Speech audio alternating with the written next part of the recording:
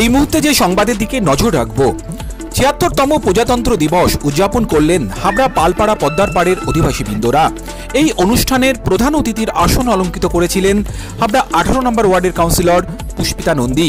প্রত্যেক বছরের নেই এবছরেও যথাযথ মর্যাদায় এই অনুষ্ঠানের শুভ সূচনা করেন পুষ্পিতা নন্দী। জাতীয় পতাকা উত্তোলনের পর কি বার্তা দিলেন ১৮ নম্বর ওয়ার্ডের কাউন্সিলর পুষ্পিতা নন্দী, আপনাদের দেখাবো সেই চিত্র।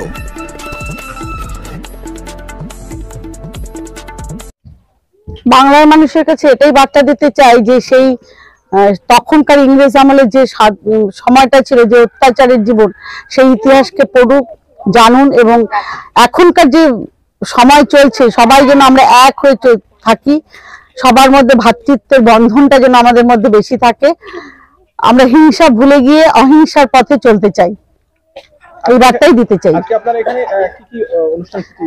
এখানে তো সকালে পতাকা উত্তোলন হলো, এরপরে সন্ধ্যাবেলা বাচ্চাদের প্রায় ১৫০-২০০ বাচ্চাকে খাওয়ানো হবে, পিকনিক আর কি।